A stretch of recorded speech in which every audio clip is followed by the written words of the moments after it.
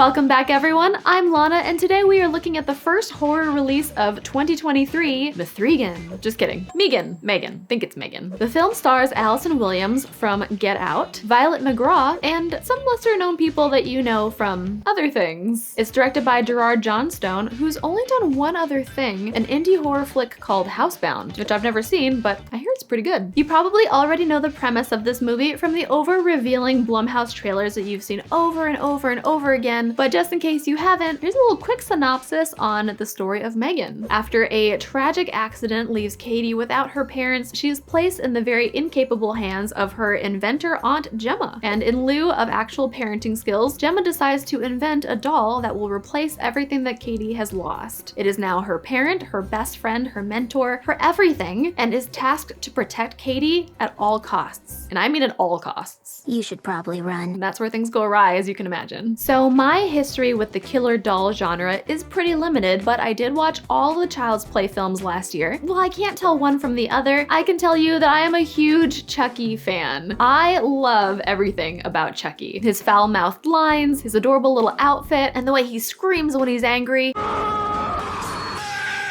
I can't get enough of him. Hell, I even watched the first season of the television show and was really liking it before that one took a dive. So yeah, I'm a fan of killer dolls, and when I heard a new killer doll flick was on the way, it definitely piqued my interest. I thought, Annabelle meets Chucky? You son of a bitch, I'm in! And then I saw the trailer.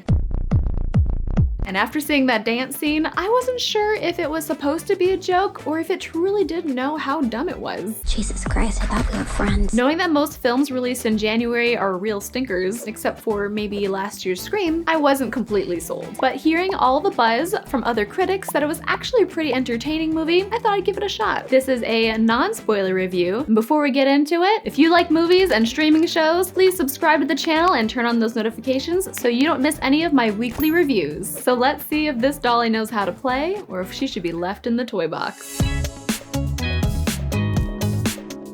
What really surprised me was how Megan is actually more of a dark comedy than a typical horror flick. What are you doing? Couldn't sleep. Occupational hazard. The whole killer doll thing is actually the least interesting thing about it. The story is a take on how technology is replacing true human connection and all the dangers that come with it. A novel concept, I know. However, how they weaved the theme in with our lead character, trying to connect with her niece, was a great touch in what could have been a pretty typical story arc. Megan herself looks fantastic. Her clothing choices, not so much. While she isn't as iconic as Chucky, her design helps to serve the story. In addition to her American Girl look, the filmmakers really decided to focus in on making her eyes as realistic as possible. A single look or just a head tilt gives her this off-putting uncanniness. They possibly rely a little bit too much on Megan vision, but I found it rather charming. There's a really cool homage to classic Robo films such as RoboCop and Terminator. There was never a moment where I felt like the effects pulled me out of the story, which is pretty remarkable in this day and age. Megan's attitude is one word: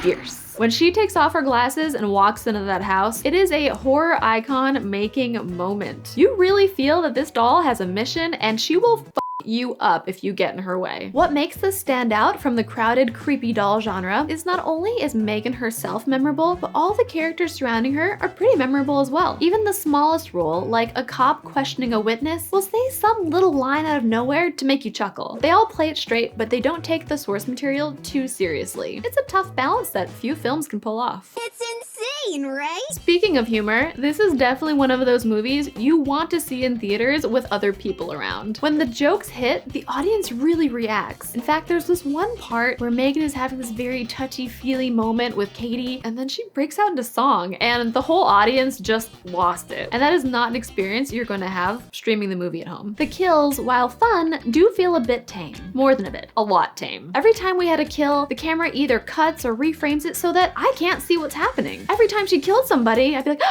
oh, I missed it. I'm looking right at the screen. There are also moments where I feel like the characters are totally overdubbed or edited down from what is truly an R-rated cut. For a movie this in on the joke, you need those fun bits to make it work. Clearly this was cut down from R rating to PG-13 just to get more butts in seats. But for us gore hounds, you can't help but feel a little disappointed. Nope, a lot disappointed. Nice callback. But at the same time, I'm really glad it's something that I can show to my 14-year-old nephew. It's about time to turn him into a little horror goblin like myself, and this is a perfect intro into the genre. While the Furby gone homicidal maniac idea is interesting, the rest of M3GAN is pretty textbook slasher. You can predict what's gonna happen frame by frame. It would have been nice if they could switch it up, you know? Keep me on my toes. I was surprised that nothing surprised me. This is not a remark on Violet McGraw, but I do not like Katie, okay? Before her parents died, she was kind of a little brat. After they died, You have to eat the toppings, Katie, not just the bread.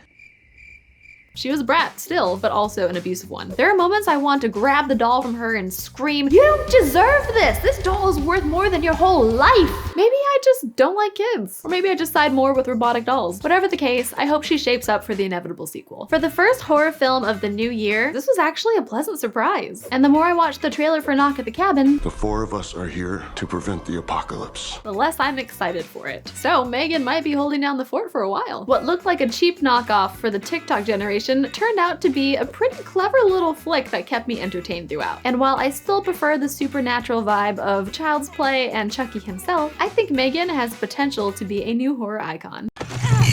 Gemma just dropped me on the table. Clumsy Gemma. Here's to hoping they go for that hard R rating for the sequel. More blood, more gore, more swearing, possibly more M3GAN variants? So what did you think of M3GAN? Who do you think would win in a fight, Chucky versus M3GAN? And are you sick of seeing that dancing meme all over the internet? For these dance moves and more, which I will apologize for, please check out the Patreon, extended bloopers, chat with me, check out some behind the scenes content, and support the channel. I would really appreciate it. And until next time, see ya. Maybe I just side with robotic killer dolls, period. So yeah, yep, I'm a fan of killer dolls. Should we write it a little bit? No, doing it live, fierce. I don't know, I did it with my hands. But this, do my dance. Is it like this? There you go, that's the dance. Okay, I'm not doing that anymore.